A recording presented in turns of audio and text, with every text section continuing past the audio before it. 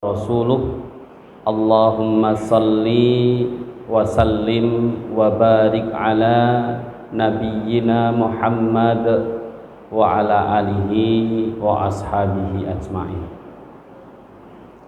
Wa ba'd, wa qala Allah ta'ala fil Qur'anil Karim, Syahru Ramadan alladzi unzila fihil Qur'an hudal linnasi wa bayyinati minal huda wal furqan. Allahumma arham. Shadaqallahul adzim. Yang saya hormati para sesepuh yang ada di kampung apa nih Pak? Karangan Batu Retno, gitu. Terutama jamaah Masjid Al-Iqbal.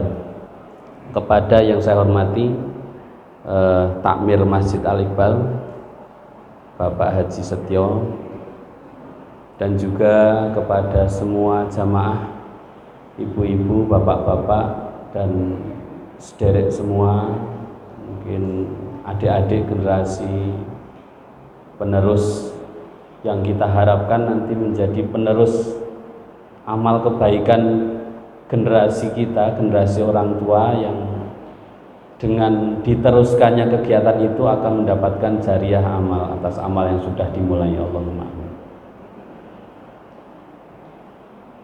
Alhamdulillah, segala puji syukur kita haturkan kepada Allah atas limpahan nikmat karunia-Nya, terutama nikmat sehat, yang mana para ulama mengatakan sayyidu nikmat fid dunia as-sehat.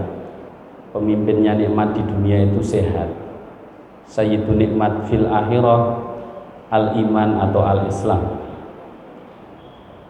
Kenapa? Karena nikmat yang lain itu ketika sehat itu tidak ada pada diri kita, maka kita tidak bisa menikmati nikmat yang lain. Malam hari ini kita berada di ujung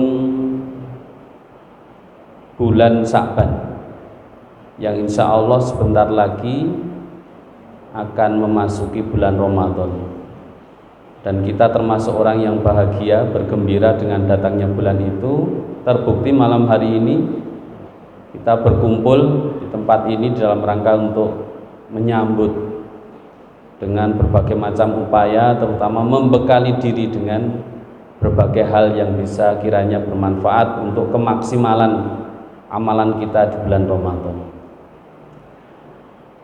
Ibu bapak jamaah yang berbahagia, kesyukuran kita kepada Allah terutama juga atas, kalau dalam bahasa Jawa itu pangreksonipun Allah, pemeliharaan, bahwa kita dipelihara oleh Allah itu kadang-kadang tidak kita rasakan setiap saat, karena pemeliharaan itu sudah dianggap sebagai sesuatu yang berjalan biasa, bukan satu yang istimewa. Satu contoh, kita bisa berjalan sampai tempat ini itu karena didukung oleh badan yang sehat dengan kaki yang kuat. Kaki yang kuat itu karena otot-ototnya sehat, kerangkanya juga sehat.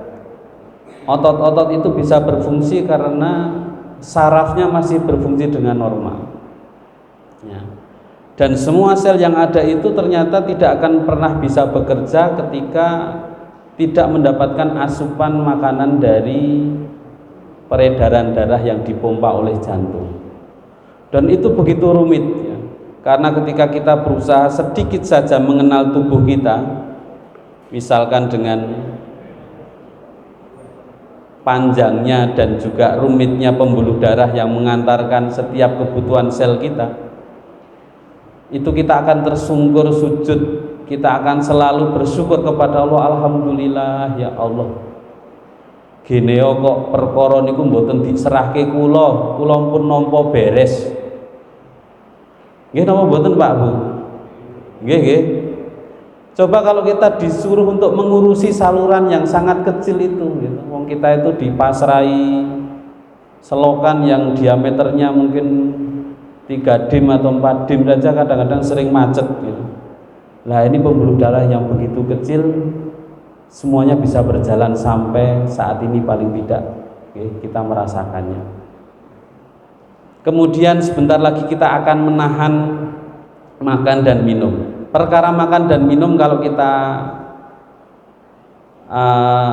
rasakan sebagai kebiasaan ya seperti biasa saja. Tetapi kalau kita lihat dari sisi keimanan ya, itu juga merupakan keagungan Allah di dalam mengurus hambanya. Kita ini dipasrai oleh Allah ketika makan dan minum itu, mengambil makanan atau minuman kemudian kita masukkan ke mulut kita. Ya minimal pekerjaan kita itu mengunyah kalau masih punya gigi ya, tapi kalau sudah nggak punya gigi ya pokoknya dimasukkan ya. Begitu sederhananya ya. Tetapi setelah makanan itu masuk ke kerongkongan kita, ke saluran pencernaan berikutnya sampai ke lambung, kita sudah tidak berbuat apapun. Semuanya bekerja sepertinya otomatis, tetapi itu di bawah kekuasaan Allah Subhanahu wa taala. Bahasa tubuh itu tidak mengenal ini nasi, ini sayur, ini buah. Bahasa tubuh itu mengenal zat-zat yang terkandung di dalamnya. Maka tubuh itu begitu luar biasanya memecah semua makanan itu menjadi nutrisi yang dibutuhkan. Ada karbohidrat, ada protein, ada lemak, ya, ada mineral, ada vitamin, ya, dan bisa mengambil semuanya itu dengan cermat. Coba kalau kita pikirkan bahwa itu diserahkan kepada kita untuk mengambilnya monro itu, kita tidak akan mampu. Nah itulah salah satu wasilah kita untuk bersyukur kepada Allah. Man arofa nafsahu faqad arofa rabbahu. Barang siapa mengenal dirinya, tubuhnya, maka dia akan mengenal Tuhannya. Jadi kita mengenal Tuhan itu lewat badan ini sebenarnya sudah banyak zikirnya nanti. Tetapi kalau itu maknai sebagai kebiasaan ya nanti biasa berjalan saja. Satu contoh supaya nanti kita bisa menjadi hamba yang bersyukur, tidak hanya sekali-kali bersyukur tapi menjadi abdan syakuro, hamba yang senantiasa bersyukur. Pernafasan kita ya, kita ini kan nafas ini alhamdulillah sampai malam hari ini masih enteng lega ya. Itu kan aktivitasnya kita hanya memasukkan udara, nyedot, nanti mengeluarkan lagi, nyedot lagi, mengeluarkan lagi. Pekerjaan selanjutnya, bagaimana paru-paru kita itu bisa menangkap oksigen di antara gas yang ada di tempat kita ini kan tidak hanya oksigen ini, ada hidrogen gitu, ada nitrogen gitu, ada CO2 gitu. Tapi yang diperlukan kan oksigennya. Nah, itu paru-paru itu ya. Sel darah kita itu bisa mengambil oksigen di antara udara yang ada. Seandainya itu oleh Allah Subhanahu wa taala diserahkan kita untuk mengambilnya. Wong melihat saja kita tidak bisa udara itu. Abstrak, gak bisa ya, tembus. Itu kok bisa mengambil itu. Dan penampang paru-paru kita ini kalau kan bentuknya bulat-bulat itu, kayak bola-bola ini. Niku nek dibelah, digelar. Itu ada ahli yang meneliti itu luasnya penampangnya itu untuk pertukaran antara oksigen dan CO2, dilepas CO2, oksigen ditarik masuk tubuh kita, itu penampangnya itu hampir seluas lapangan tenis, Pak. Itu dikemas dalam bentuk yang luar biasa, dimasukkan ke dada kita, cukup. Wah, luar biasa ya. Maka ketika kita mengenal tubuh, maka kita akan bertemu dengan Allah Subhanahu wa taala. Artinya kekuasaan Allah ada dalam tubuh kita. Ibu, bapak, jamaah yang berbahagia, bulan Ramadan itu menjadi mulia. Salah satunya kemuliaan itu berkaitan dengan di dalamnya diturunkan Al-Quran. Syahru Ramadhanal ladzi unzila fihil Quran hudal linnasi wa bayyinati minal huda wal furqan. Jadi bulan Ramadan itu menjadi mulia, salah satunya adalah karena kemuliaan di dalamnya ada turun Al-Quran. Yang misi turun Al-Quran itu adalah sebagai hudal linnas, ya, petunjuk bagi manusia. Tidak hanya petunjuk bagi kaum tertentu, tetapi bagi manusia semuanya, ya. Maka salah satu amalan di bulan Ramadan nanti yang termasuk amalan yang kalau kita mencontoh Rasulullah, para sahabat, itu adalah berbaik-baik, berhubungan secara maksimal dengan Al-Quran. Nah, mari kita periksa hubungan kita dengan Al-Quran. Mungkin ada yang menjawab, Pak, hubungan saya dengan Al-Quran baik-baik saja kok, nggak ada masalah. Kula nggih mboten nate ngutik-utik Al-Quran niku mboten tau kula ganggu. Pun kula simpen di tempat yang terbaik dan tidak pernah saya ganggu Al-Quran, dan Al-Quran juga tidak pernah mengganggu saya. Berarti hubungannya baik-baik saja. Tetapi jumbuh kalian misi Al-Quran sebagai hudal linnas ini, hubungan baik itu mestinya menjadikan Al-Quran itu sebagai petunjuk jalan kehidupan. Terus mboten badhe Al-Quran itu menjadi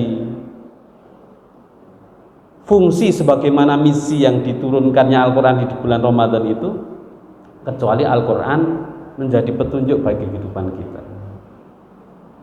Dan luar biasanya setiap aspek kehidupan itu urusannya banyak yang sudah ditulis dan dijelaskan dalam Al-Quran, karena memang hudal linnasi wa bayyinati minal huda, ya. Dan juga penjelas bagi petunjuk itu, ya. Ada yang penjelasan secara umum, ya. Ada yang detail, ya. Secara umum misalkan ya tentang masalah sholat, ya, itu secara umum, nanti detailnya ada di dalam penjelasan Rasulullah Shallallahu Alaihi Wasallam, ya. Kalau yang detail yang ada penjelasannya misalkan dalam hal wudhu, itu disebutkan tentang kaifiyahnya, bagaimana apa yang harus dibasuh, atau juga di dalam hukum waris misalkan itu ada tertulis, atau dalam hal keimanan atau tauhid, bahkan dalam hal tauhid itu detail sekali, ya, informasinya. Misalkan ayat ya ayuhan nasu butu rabbakumul ladzi khalaqakum walladzina min qablikum la'alakum tattaqun. Ini hampir sama, mirip-mirip dengan perintah puasa, ya. Wahai manusia semuanya, ya, sembahlah Rabbmu, Tuhanmu. Siapakah Tuhan itu? Kan pertanyaannya, nyembah Tuhan itu Tuhan yang mana? Alladzi khalaqakum, yaitu yang menciptakanmu, ya, dan juga menciptakan orang-orang sebelummu, la'alakum tattaqun, supaya kalian menjadi orang yang takwa. Jadi alasan penyembahan ini adalah penjelasan tentang perintah menyembah itu, alasannya harus jelas. Maka Al-Quran ini memberikan landasan berpikir yang kuat, sehingga orang Islam itu ketika mempelajari Qurannya itu nyembah itu sudah tidak mengamingu, istilahnya sudah mantap, betul-betul mantap, ya. Yaitu siapa? Tuhan yang menciptakan, ya. Bukankah penciptaan itu kita tidak minta? Kan nggak ada dari jamaah ini yang mengajukan proposal untuk dilahirkan, diciptakan, kan nggak ada. Kalau bisa itu kan mesti lahirin golek sing tempat yang baik, orang tuanya milih, orang tuanya sopo sing kira-kira terjamin, kan gitu. Tapi kan kita begitu saja lahir, ya. Mungkin saya sebagai contoh, saya lahirnya di Temanggung sama dengan Pak D saya, Pak Rahmat Widodo, itu satu kampung, ya. Memang itu Pak D saya gitu, terus rumahnya dekat gitu. Itu juga gak minta kok lahir kok neng ereng-ereng gunung gitu, Pak. Setelah yang sudah nanti tindak berikut Ustadz Adam juga pernah ketemu. Itu ketinggiannya 1.200 meter dari permukaan laut, jadi sudah tinggi. Mboten nyuwun gitu. Tiba-tiba ya di sana. Bahkan nama itu juga kita tahu karena dikandani gitu. Jenengmu iki, oh ya dijenengi, kan kita nggak minta gitu. Nah, alasan penyembahan itu karena penciptaan. Alladzi ja'ala lakumul arda firasa was samaa binaa, gitu. dan juga diberikan penguat alasan itu, yaitu siapa Tuhanmu itu?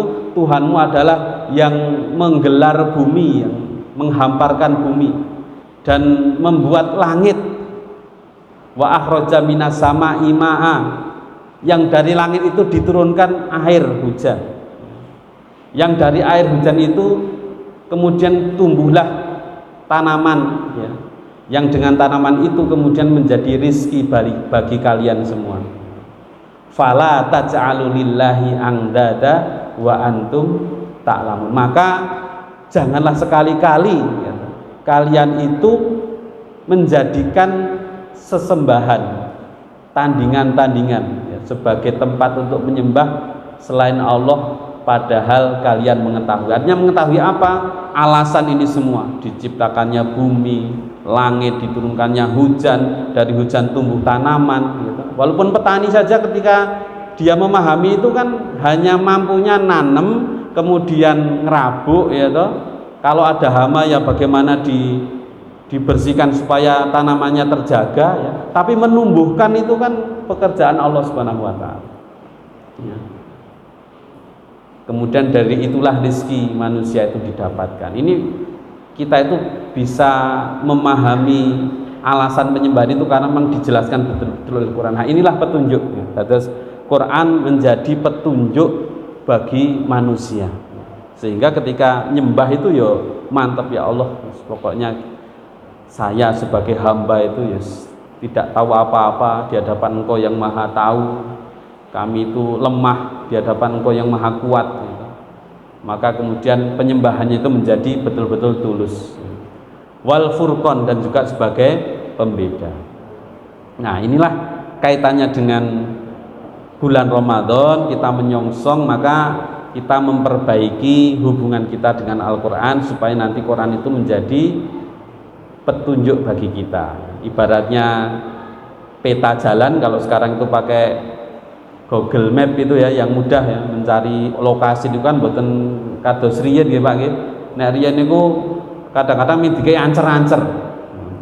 Pokoke engko ana prapatan ngulon bar kuwi terus pertelon ngidul. Nah, ternyata sampai tempat situ kita nggak tahu lor kidul, Pak. Karena lain tempat itu kadang-kadang kan kita hilang arah itu. Nah, bingung itu mau tanya ngidul ki sing endi ya. Ternyata kita salah arah. Mbok mau ke kanan kiri kok depan belakang kan jelas, ya.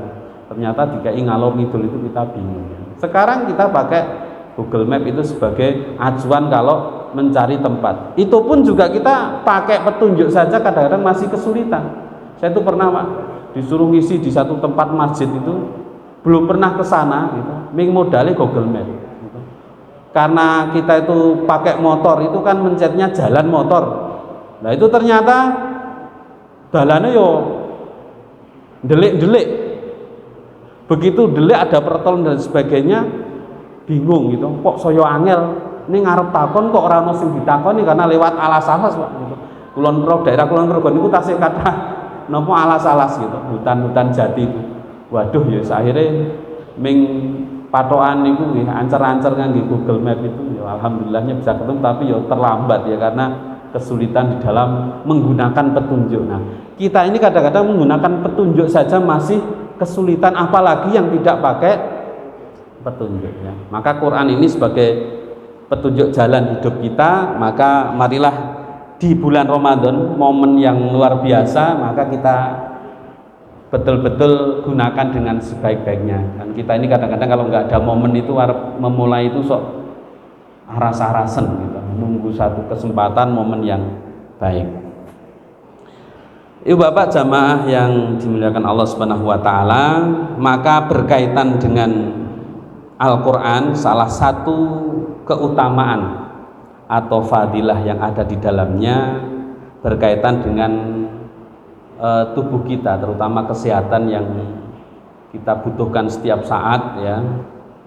Karena dalam Al-Quran itu ada satu ayat, yaitu surat Al-Isra ayat 82, wa nunazzilu minal qur'ani ma huwa sifaun wa rahmatul lil mu'minin.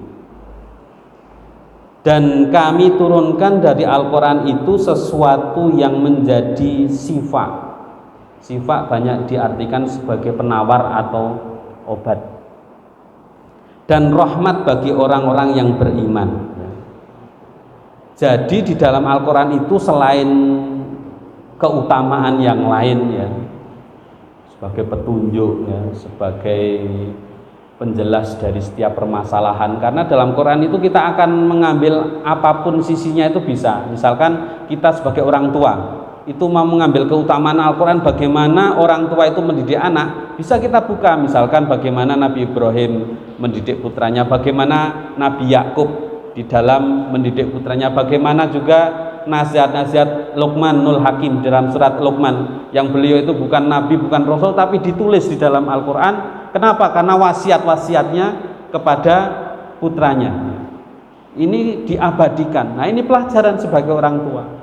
Atau dalam Al-Quran ya, sebagai seorang yang punya tanggung jawab sebagai pemimpin atau sebagai yang dipimpin, itu semuanya ada. Sebagai pedagang pun ada gitu. Ada ayat khusus membahas tentang wailulil mutaffifin misalkan gitu. Itu kan kita bisa belajar, oh ternyata di dalam transaksi itu tidak boleh mengurangi hak orang lain, ataupun kita mengambil hak yang lebih daripada yang berhak kita terima gitu. Tidak boleh curang dan sebagainya. Nah, itu dari sisi manapun kita akan mendapatkan petunjuk di dalamnya. Nah, dalam hal ini Al-Quran itu adalah salah satu fungsinya adalah sebagai sifat ataupun penawar ya.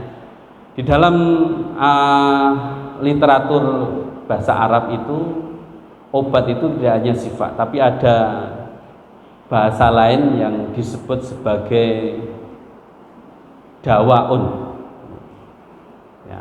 Maka ada hadis likulli da'in dawaun, setiap penyakit ada obatnya ya. Dan ternyata untuk dawaun sebagai obat ini adalah berkaitan dengan dain, yang mana itu adalah penyakit yang menyerang tubuh atau fisik atau jasad. Tetapi nanti kepada masuk wilayah yang itu juga fisik tapi tidak ada kemampuan di dalam hal untuk menyembuhkan ya, maka harapannya masuk kepada sifat. Sifat juga berfungsi sebagai penawar atau obat bagi penyakit-penyakit yang ada di dalam dada ya. Karena ada penyakit yang namanya maradun gitu. Fi qulubihim maradun fazadahumullahu maradun. Itu penyakitnya orang-orang munafik itu kan adanya di dalam hati ya. Iri ya, dengki ya kan, dendam, apalagi ya, jengkel, malas gitu. Itu penyakit itu. Tapi menyerangnya bukan menyerang fisik. Tapi juga kadang-kadang penyakit fisik itu penyakit hati ataupun penyakit psikis itu kadang-kadang juga berpengaruh terhadap fisik juga ya. Karena memang teorinya gitu, bahwa di dalam tubuh kita itu ada segumpal daging. Dan kalau segumpal daging itu baik, maka baiklah seluruh tubuh. Kalau segumpal daging itu buruk, maka buruklah seluruh tubuh. Ya, segumpal daging itu adalah hati. Ya. Maka hati ini ternyata berpengaruh. Nah, itu wilayahnya sifat. Ya. Karena kalau periksa di rumah sakit itu nggak ada poli dengki, itu nggak ada. Poli dendam itu nggak ada. Ya. Tapi kadang-kadang kita itu dapat pasien itu yang janjane penyakitnya hati Pak, tapi gejalanya itu sampai fisik. Satu contoh ya, datang ke tempat saya kan tentunya kaitannya dengan penyakit gigi dan mulut gitu. Pak, saya itu sakit di gigi belakang saya. Nah, kan saya biasanya tanya, nah sakitnya pripun Pak? Pokoknya ting cerkut Pak, mboten pemicunya nopo, karena makan dahar nopo mungkin minum yang dingin atau apa, mboten Pak. Kulo niku nek pas akeh masalah niku terus untu kula niku lara. Nah, iki berarti kan resepnya tidak hanya cukup dengan obat yang kaitannya dengan masalah penyakit giginya itu ya. Dikai paracetamol sak piring itu pun juga nggak akan sembuh kalau sumbernya tidak diselesaikan. Jadi kalau dia uring-uringan sama istrinya itu terus giginya kambuh. Nah, kula nambah niki, pokoknya diperbaikilah, aja muring-muring sik, pokoknya diperbaiki hubungannya dengan istri, nanti diobati, mangke obatnya majas. Nek mboten nggih, mboten majas mangke gitu. Atau mungkin ada orang mengeluh, Pak, mata saya itu sakit. Sakitnya kenapa? Kalau melihat tetangga itu beli kulkas baru atau motor baru itu tiba-tiba mata itu kok sepet, terus pikiran jadi mumet, pusing gitu, malah asam lambung naik. Nah, ini kan berarti psikosomatis ya kan, penyakit psikis tapi berpengaruh terhadap fisik. Dan itu sering terjadi Bu sekalian ya. Ada juga orang yang biasanya uring-uringan itu padu, suami istri padu, itu pernah tetangga itu padu, manten anyar urung suwe itu sepadu Pak. Loh itu si suami itu datang ke tempat saya itu, Pak tolong kenapa? Istri saya nggak bisa napas. Wah seseknya, parani, saya cuma pakai motor Pak, Bu gitu. Wah marani itu ternyata dia dalam kondisi napasnya itu berat sekali. Lah saya ini digoning puskesmas baik gitu. Wah hanya boncengan gue motor itu Pak. Ya. Karena cepet-cepet toh, sing ono oksigen dan sebagainya udah larikan. Ternyata setelah dioksigen udah sembuh, ditanya janjane kena ngopo tuh mau? Wow niku padu Pak kali itu. Nah ini ternyata penyakit hati itu juga bisa berpengaruh terhadap fisik ya. Nah itu wilayahnya sifat ya. Maka di dalam Al-Quran itu banyak contoh juga ya, contoh-contoh yang nanti kalau kita sudah tidak punya harapan ataupun harapannya kecil untuk ya sembuh secara ya usaha ikhtiar kita ya. Dan ikhtiar itu kan hukumnya kan wajib harus kita lakukan sebagai bentuk ibadah ya. Karena nanti pada akhirnya penyembuh itu Allah Subhanahu wa taala ya. Itu hanya ikhtiar itu adalah ibadah yang diperintahkan oleh Allah ya. Maka wilayahnya adalah nanti wilayah sifat ya. Ini kita bisa jumpai di dalam kisah Nabi Ayub misalkan ya. Kisah Nabi Ayub itu kan seperti itu ya. Penyakitnya kan terkenal sekali. Jadi penyakit itu tidak mesti harus mengenai orang yang berbuat salah. Ya ini kadang-kadang kan kita wah kayak iki nganu dosane akeh malane digawe penyakit. Enggak mesti ya. Kadang-kadang memang betul-betul ujian ya. Seperti Nabi Ayub. Kita tahu Nabi Ayub itu kan seorang nabi ya. Seorang yang soleh yang bertakwa kepada Allah dengan puncak ketakwaan karena seorang nabi ya. Tapi diuji juga dengan yang namanya sakit ya. Dan ternyata sakit itu hanyalah puncak dari ujiannya gitu. Karena dalam riwayatnya itu kalau kita baca di sirah ya, sirah nabawiyah gitu, Qisasul Anbiya misalkan gitu, itu Nabi Ayub itu ternyata ujiannya mulai dari dihilangkannya kekayaan. Karena dulu kaya, seorang tuan tanah punya kebun yang banyak ya, punya karyawan banyak, itu dihilangkan kekayaannya. Kemudian anak-anaknya itu meninggal semua. Kemudian dirinya diuji dengan penyakit yang bahkan dengan penyakit itu ya sudah tidak bisa ya, dalam arti usaha manusia yang sudah merasa bahwa ini penyakit yang di luar batas kemampuan obat untuk menyembuhkannya, maka sampai diasingkan.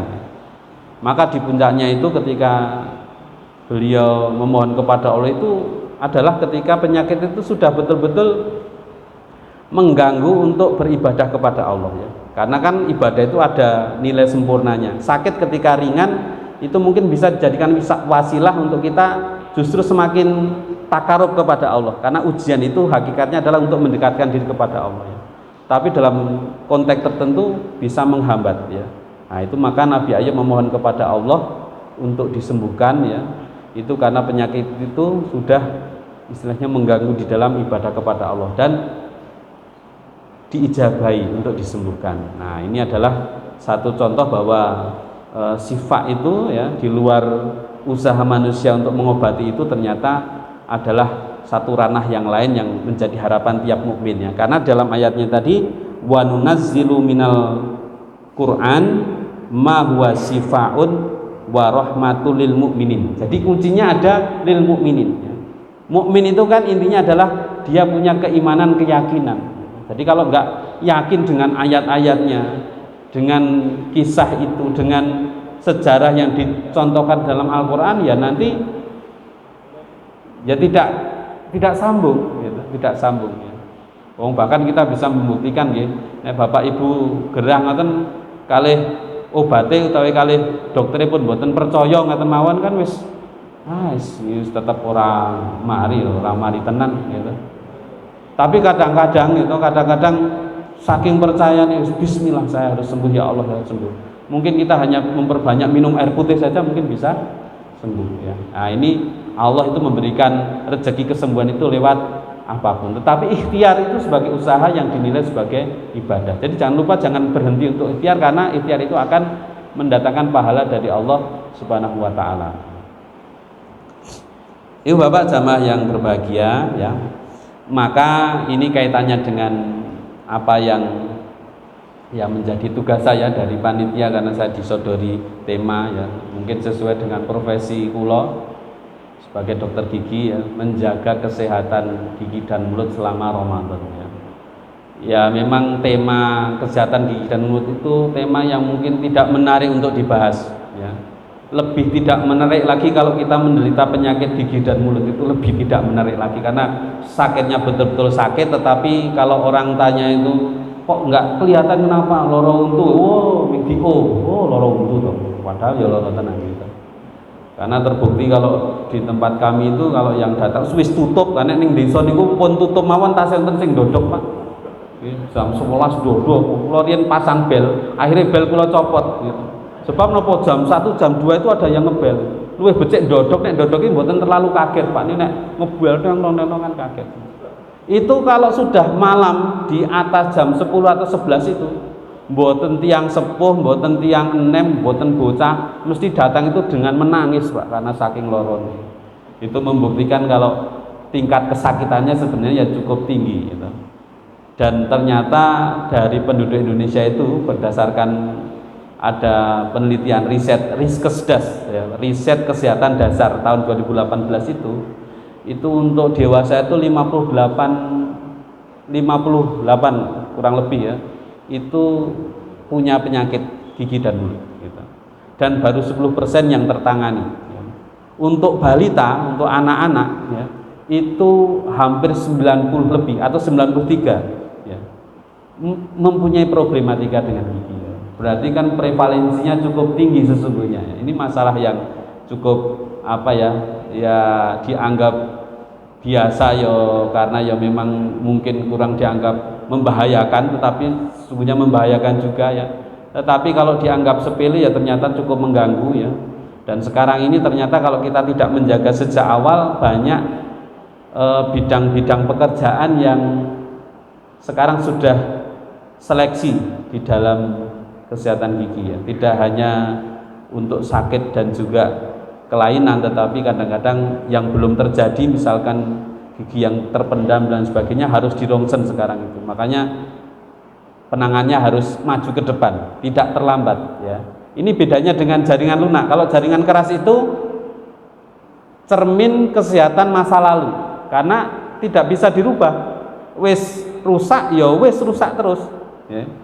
Paling kalau direhabilitasi ya, atau dikonservasi ya menjadi utuh, tetapi nek cara ban niku pun tambalan, kan beda dengan yang asli utuh ya. Beda dengan kalau kulit misalkan sobek itu mungkin nyambung lagi dan bisa utuh mungkin, walaupun mungkin ada cacat sedikit tetapi bisa nyambung utuh. Tapi kalau jaringan keras itu enggak ya. Maka kita harus betul-betul menjaga, terutama di bulan Ramadan ini apa upayanya. Nah, kita sedikit menengok suri teladan kita ya. Laqad kana fi Rasulillahi uswatun hasanatun liman kana yarjullah wal yaumal akhir. Sungguh di dalam diri Rasulullah itu ada uswah, contoh yang baik bagi siapa yang ingin nyontoh ya, bagi orang yang mengharapkan ridho Allah ya, bertemu dengan Allah, dan juga beriman kepada yaumil akhir. Karena bagi orang yang tidak ingin bertemu dengan Allah dengan kondisi yang baik ya tidak ada kepentingan untuk mencontoh Rasulullah. Tetapi kita yang ingin bertemu dengan Allah dalam kondisi yang terbaik itu kita memerlukan Rasulullah sebagai suri tauladan ya. Dalam hal menjaga kesehatan ya, itu Rasulullah luar biasa ya. Mulai dari secara umum misalkan ya, tentang bagaimana cara dahar beliau. Beliau itu aturan daharnya bukan 3 kali sehari makannya, daharnya, tetapi makanlah ketika lapar dan berhentilah sebelum kenyang. Ternyata boten kok makanlah sebelum lapar ben ora ngeleh dan berhentilah setelah kekenyangan. Nah, itu nanti dampaknya. Sekarang ini kan penyakitnya banyak, bukan penyakit yang disebabkan karena kurang makan ya, tetapi karena justru malah kelebihan gitu. Terutama dalam hal kelebihan gizinya itu gitu. Dan ternyata kenikmatannya banyak dikurang gitu. Walaupun makanan itu jumlahnya semakin banyak, tetapi kenikmatannya berkurang. Kenapa? Karena sekarang itu untuk dahar saja itu perlu kuliner yang bermacam-macam. Bahkan sudah kulinernya itu enak, itu makan itu untuk menikmati itu perlu suasana. Kalau dulu itu bisa makan saja udah alhamdulillah gitu. Saya diceritani simbah gitu. Simbah saya itu, bahkan saya masa kecil itu masih merasakan Pak, karena di gunung itu adanya jagung, nggak ada nasi dari beras, nggak ada.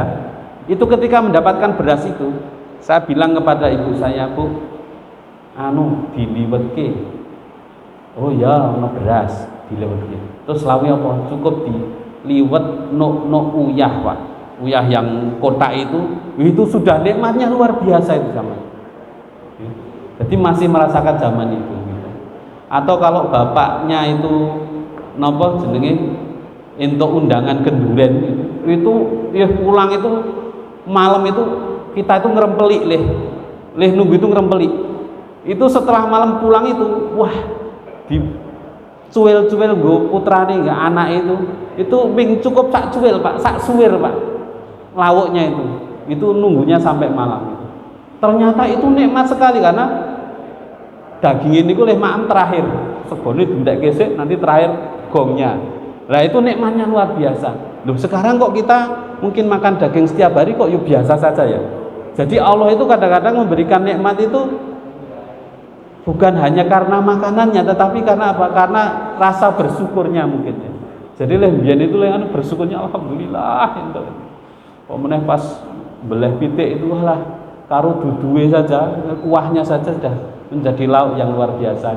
Jadi kelingan masa kuliah itu nek masakan Padang itu kita enggak pakai lauk itu, cuman cukup kuahnya itu udah wis tanduke sing akeh. Ning daerah Pogong itu ada warung sing nek tanduk niku wis pokoke sak karepe gitu.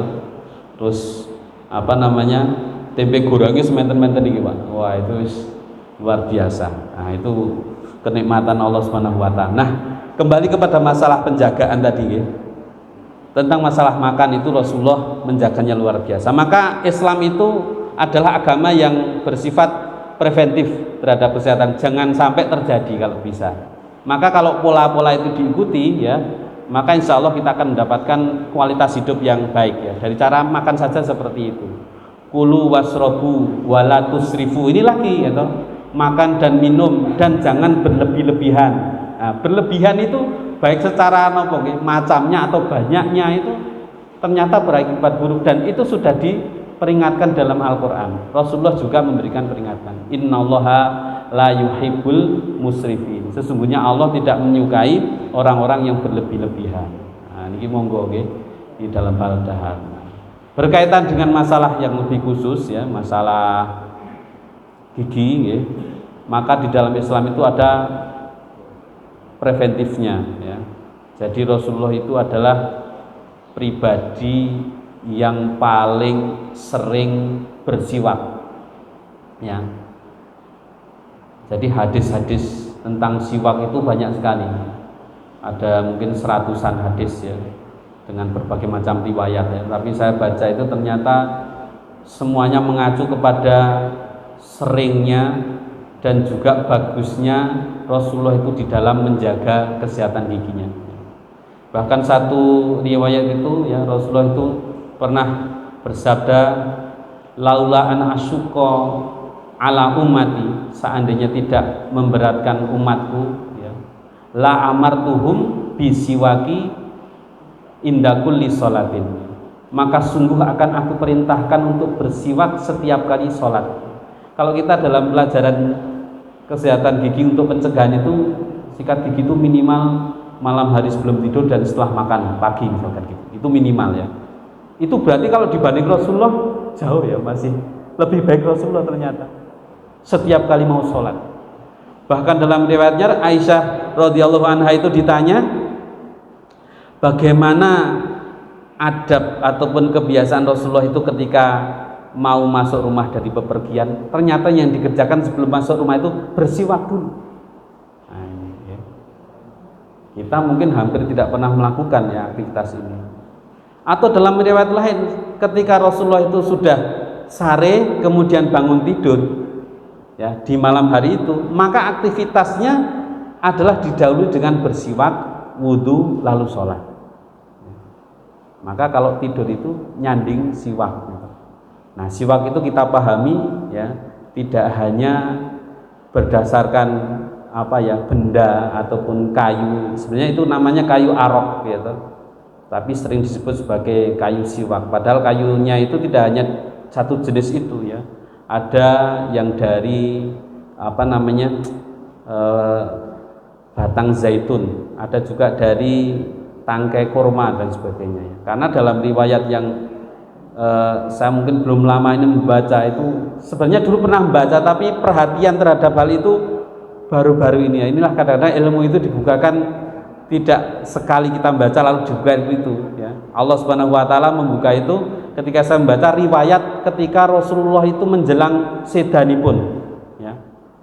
Ketika sudah badannya lemah, kemudian melihat kalau nggak salah Abdurrahman bin Abu Bakar, jadi kakaknya Aisyah radhiyallahu anha. Rasulullah itu ada di pangkuan Aisyah ya, di antara dagu dan dadanya ketika beliau dalam kondisi di akhir akhir hidupnya. Itu melihat putranya Abu Bakar datang itu membawa batang kayu itu gitu. Maka Rasulullah melirik. Aisyah tanggap, wah ini pasti Kanjeng Nabi pengen bersiwak ini.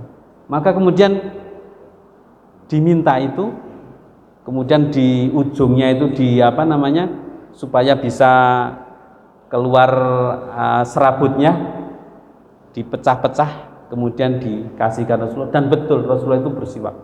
Dan kesaksian dari Aisyah radhiyallahu anha itu adalah sifat yang terbaik yang dilakukan Rasulullah, sangat teliti ya, sangat teliti ya.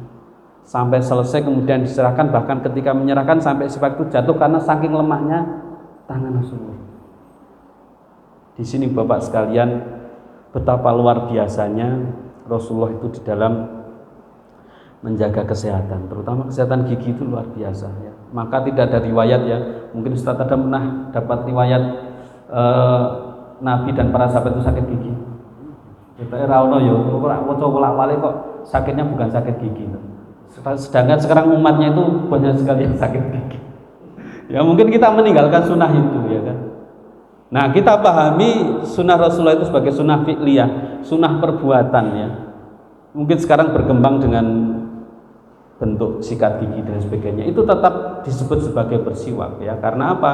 Karena memang Rasulullah tidak mengharuskan satu kayu tertentu ya, mungkin dipilihnya itu karena memang ada keutamaan di dalamnya ya, ada bau wanginya ya. Tentunya kalau dicuci ya Pak ya, kalau habis sipak ya harus dicuci kan, kalau nggak dicuci ya tetap kalah dengan bau mulut kita ya kan, tetap dicuci ya. Tidak ada ketentuan khusus ya, maka kita bisa lakukan. Dan juga dengan caranya, karena kalau cara salah itu juga bisa berakibat ya.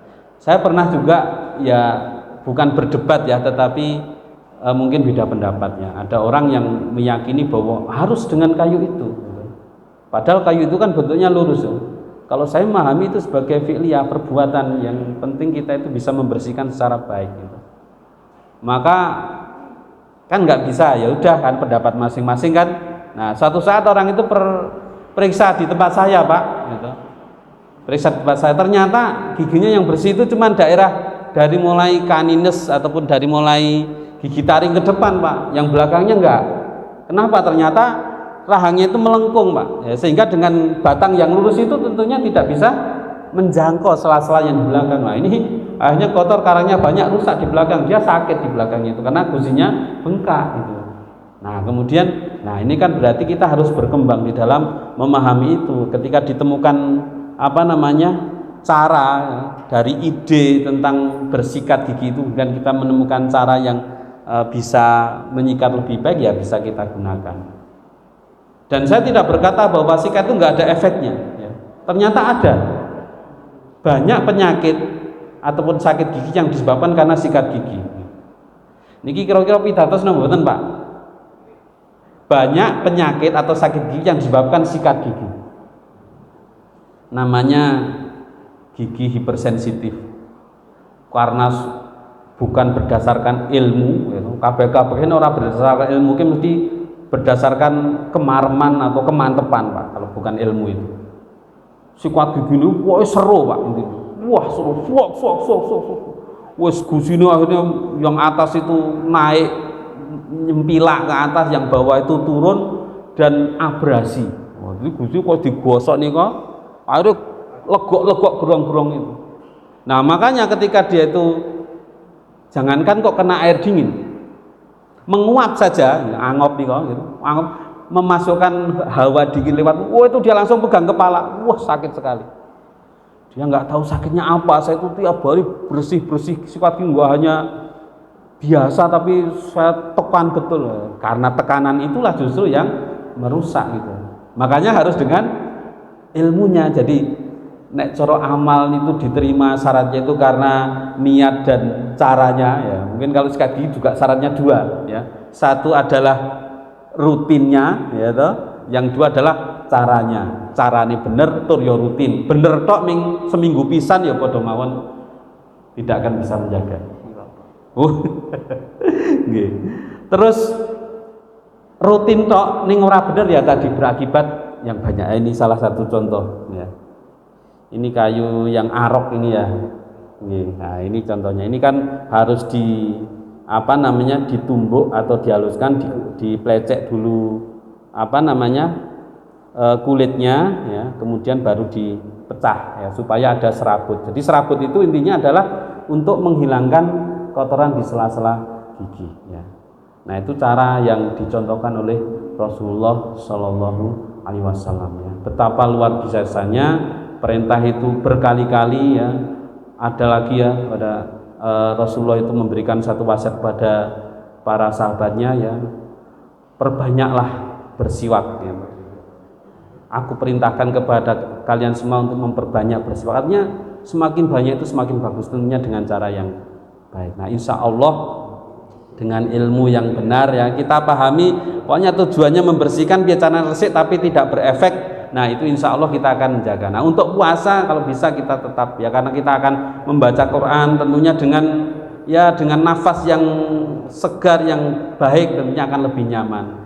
Untuk sholat malam, sholat berjamaah itu kan juga kita mungkin membaca, walaupun kita di belakang sebagai makmum kan tetap juga mengucapkan bacaannya. Itu juga kalau nafas kita bagus juga kita akan tidak mendolimi yang lain lah istilahnya gitu, ya. Maka kita akan mendapatkan banyak keutamaan pahala atas aktivitas kita untuk membersihkan mulut. Intinya kita harus terukur, ya, berdasarkan ilmu. KPK ini orang nganggo ilmu ki ya engko sik mlaku ki perasaan, ya. Dan kita nanti cara pandangnya beda, ya. Saya merasakan sendiri, ya, karena bukan bidang saya, Pak. Saya tuh pernah kejadian niki contoh nek mboten nggih ilmu. Mobil saya itu macet di pom bensin. Wong habis dari dinas kesehatan Kulon Progo terus ngisi bensin di daerah mana itu, perempatan Brimob itu. Nah, itu ada pom bensin itu, kok setelah di starter nggak bisa. Akhirnya kok ora iso iki, didorong sama dibantu tukang pom bensinnya. Setelah minggir, ya karena saya tidak tahu tentang ilmu mesin, Pak. Yo ketok iki yo buka kap gitu, nginjen orang ketemu tetepan penyakit ini. Ya jalan terakhir terus nelpon koncone gitu, namanya Pak Legiman gitu.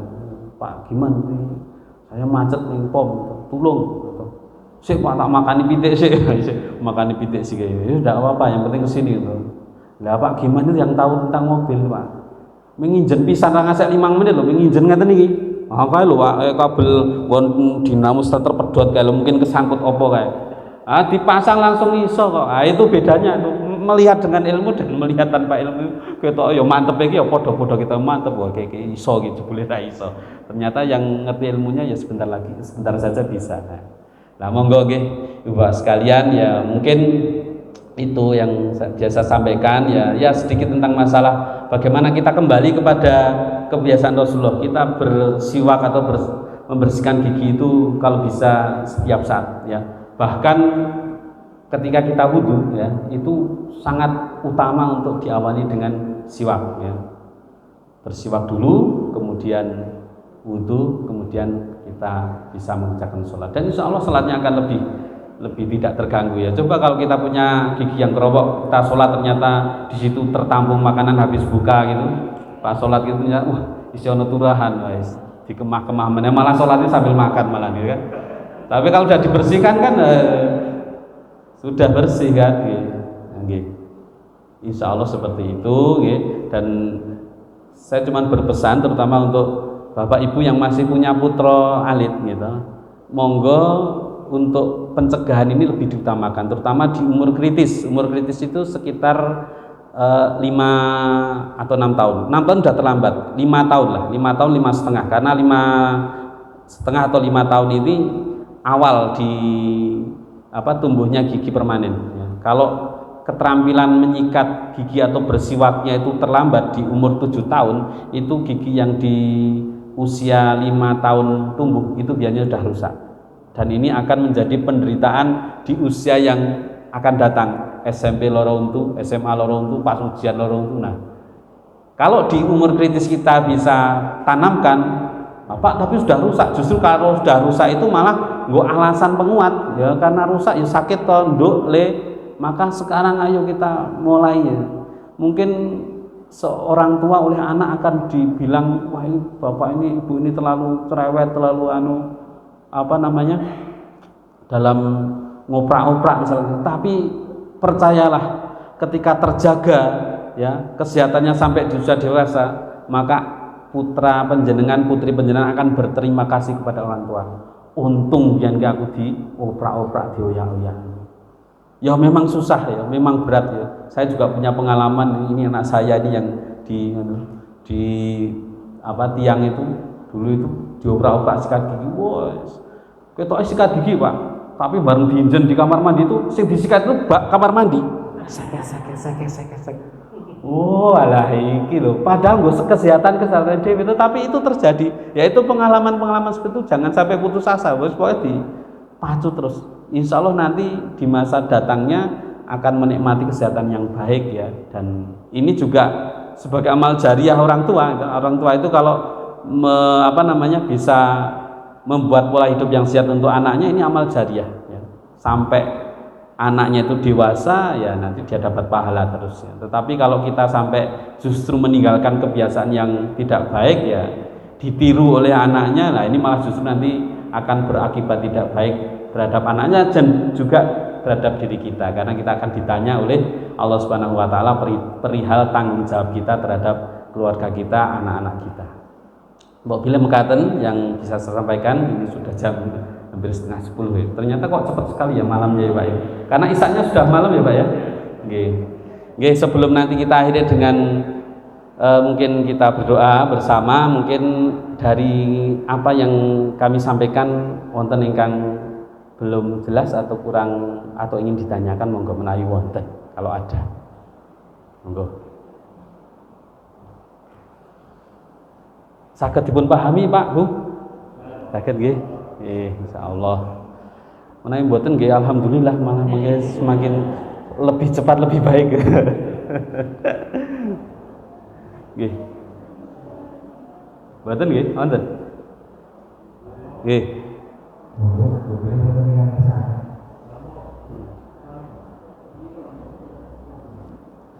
Ya intinya pokoknya kita kalau mengikuti kebiasaan, menghidupkan kebiasaan Rasulullah, para sahabat itu insya Allah banyak sehatnya insya Allah. Karena memang polanya itu mulai dari pola makan, memilih makanan, kemudian puasa selalu ada gitu. Nah, puasa itu kan kalau zaman sekarang ya memang harus ada fase hidup itu namanya menahan makan dan minum. Makanya dulu itu nggak banyak penyakit, mungkin karena orang dulu itu banyak prihatinnya, dan prihatin itu ternyata sedikit makan dan banyak jalan kaki, Pak. Nah, kalau sedikit makan banyak jalan kaki itu banyak sehatnya itu. Sekarang banyak makan dan sedikit jalan kaki, bahkan ming jarak 50 meter nah, orangnya lah Pak wis ngarek mejet gitu. Nah, ini kan jadi kurang kalorinya untuk terbakar itu. Nggih, menawi mboten wonten ya monggo kita akhiri ya untuk kajian malam hari ini ya. Mudah-mudahan Allah Subhanahu wa taala membimbing kita, menolong kita di dalam menjaga amanah, terutama amanah badan ini. Kita laksanakan perintah-perintah Allah ya dengan niatan karena Allah ya. Dan dari itulah kita akan mendapatkan banyak kebaikan ya. Dan juga terutama dalam hal kesehatan tubuh kita sebagai sarana untuk tetap tegak beribadah di hadapan Allah Subhanahu wa taala. Bismillahirrahmanirrahim. Innallaha wa malaikatahu yusholluna 'alan nabi ya ayyuhalladzina amanu shallu 'alaihi wa sallimu taslima. Allahumma shalli wa sallim ala nabiyyina Muhammad wa ala alihi wa ashabihi ajma'in. Allahumma ighfir lil mu'minina wal mu'minat wal muslimina wal muslimat al ahya'i minhum wal amwat.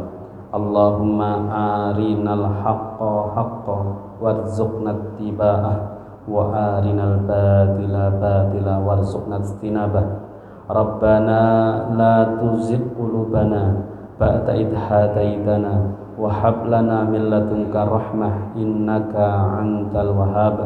Rabbana dhallamna anfusana wa illam taghfir lana wa tarhamna lanakunanna minal khasirin. Rabbana la tu'akhidna in nasina aw akhtana. Rabbana wa la tahmil alaina isran kama hamaltahu 'alal ladina min qablina. Rabbana wa la tuhammilna ma la taqata lana bih wa'fu 'anna waghfir lana warhamna anta maulana fansurna 'alal qaumil kafirin. Rabbana hab lana min azwajina wa dhurriyyatina qurrata a'yun waj'alna lil muttaqina imama. Allahumma salamatan fi dinina wa afiyatan fil jasadina wa ziyadatan fil ilmina wa barakatan qabla mautina wa rahmatan indal maut wa maghfiratan ba'dal maut. Rabbana atina fid dunya hasanah wa fil akhirati hasanah wa qina adzabannar wa qina adzabannar wa qina adzabannar walhamdulillahi rabbil alamin. Assalamualaikum warahmatullahi wabarakatuh.